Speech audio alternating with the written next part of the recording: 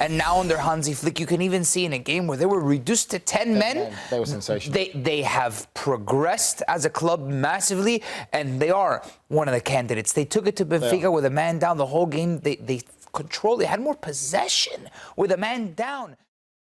Three big things today. Barca is legit for the first time in ages. PSG has no players that can finish. And Leverkusen is overrated. Oof. What about the Barca aspect of this?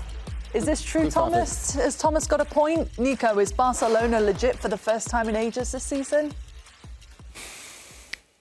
They have a chance. They do. They look more fine-tuned than before. Yes. They've clearly evolved past Xavi, and now under Hansi Flick, you can even see in a game where they were reduced to 10 men. They were sensational. They have progressed as a club massively, and they are one of the candidates. They took it to Benfica with a man down the whole game. They controlled. They had more possession with a man down, and they were very smart. They're very mature. As long as they don't fall into those characteristics of a team that loses control, like in the Atletico Madrid game from the Copa del Rey very recently. That's what you don't want Barca to break out into this back and forth game. You want them to keep possession, to have, especially in dire moments when you need it most. I would say that's the thing. They need to have better game management. That's it. They're still a young side. They've got some experienced players in there, a lot of experienced players in there.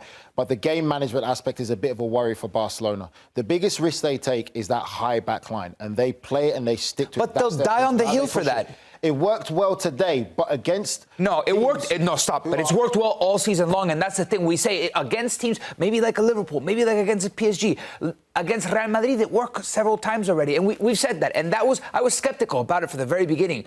It's March, Nigel, okay, no and it's worked since fine. September. Nico, this is Champions League. When they play better opposition, and no disrespect to Benfica, when they face tougher opposition, let's see if they still take those same high risks, because a perfectly timed run, a late run, will always break that high line. Doesn't matter. Well, you can have average players. If you can time the run perfectly with the ball delivery against that high line, you'll break even against Benfica, when the time that they won 5-4, there was so many balls that Benfica played behind their back line that actually it missed the first guy, second guy, and went to the third guy. It was like all you had to do was basically spin one behind the Barcelona back line, and Benfica was running onto it. It was creating so many chances. So in knockout football, in the big moments, let's just say they make it to the final or whatever, and you have an 18-year-old center back in a position where he has to make this type of challenge. The second red card, by the way, by a center back in Barcelona in Champions League football. Because of that crazy... You're not going to win very many games. You might win it against Benfica, but you're not going to win against the big ones. Or Lille in the next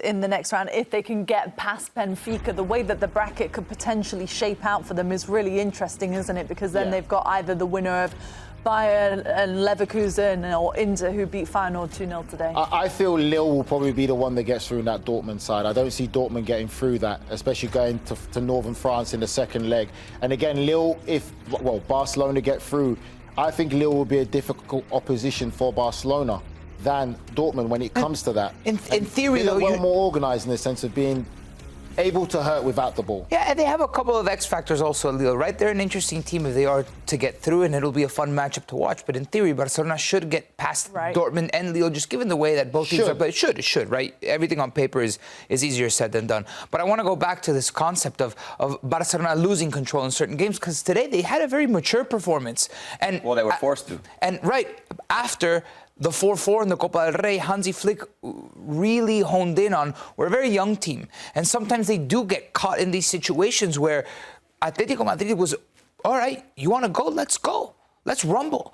And it broke out into this chaotic game. And if you can curb that a little bit, and I understand that sometimes maybe tweaking and adjusting in the high line. Today they were forced to do it, right? So I want to see Barcelona, if they're going to really aspire to be champions of this tournament, to really play into that maturity component and that control component to help them see out games. I would say what this game was, a mirror image of the Liverpool and Paris Saint-Germain game, obviously minus the red card. But you talk about Szczęsny's performance as well. He's another one. He had an absolutely amazing game for a goalkeeper with the amount of saves he made today.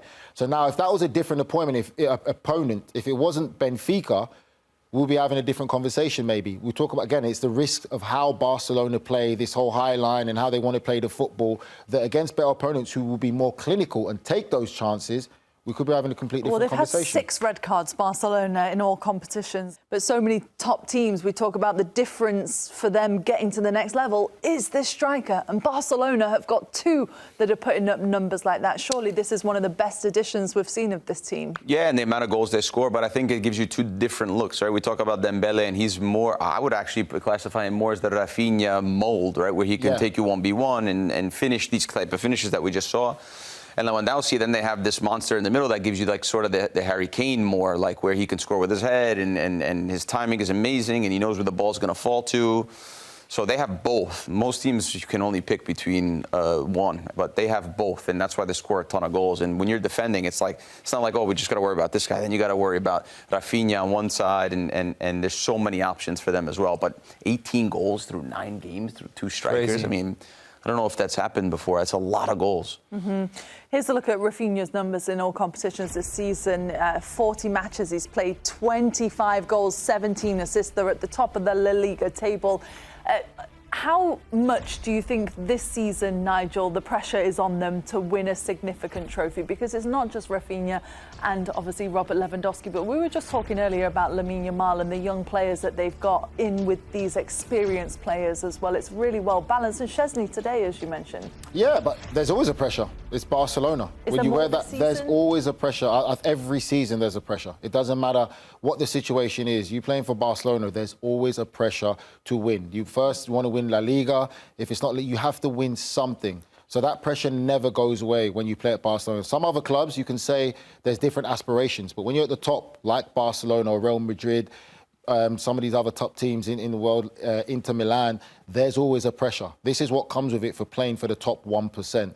So for me, what they're doing this year is fantastic. And I think that they'll have that expectancy. For Barcelona fans and people in Barcelona, they expect their team to compete for La Liga and also for the Champions League. Which trophy do you think they'll win this year? Because you just said, Nico, you like Atletico's chances in terms of the La Liga title. No, I right? think chances are in favour of Barcelona. They have more of a command on La Liga title race at the moment, but it could slip up, and that's how thin these margins are. I'll double down on what you're saying. You're not only expected to walk away with a trophy if you're Barcelona, you're expected to win every competition that you play, and you build a team to win the Champions League, you build a team to win La Liga and compete against Real Madrid, and you build a team to win the Copa del Rey. The Copa del Rey is probably out of the 3, the one that you want to win the least, but they're in the semi-final against Atletico Madrid, and that's how thin these margins are, that at the end of the day, in May, they've had one hell of a season. Barcelona, they could walk away trophyless. I'll say to you, Nico, for people watching, them to understand is this. Barcelona don't look at themselves as a lesser club than Real Madrid. Real Madrid historically are obviously the bigger club with more trophies and stuff to show it, but they don't look at themselves less to say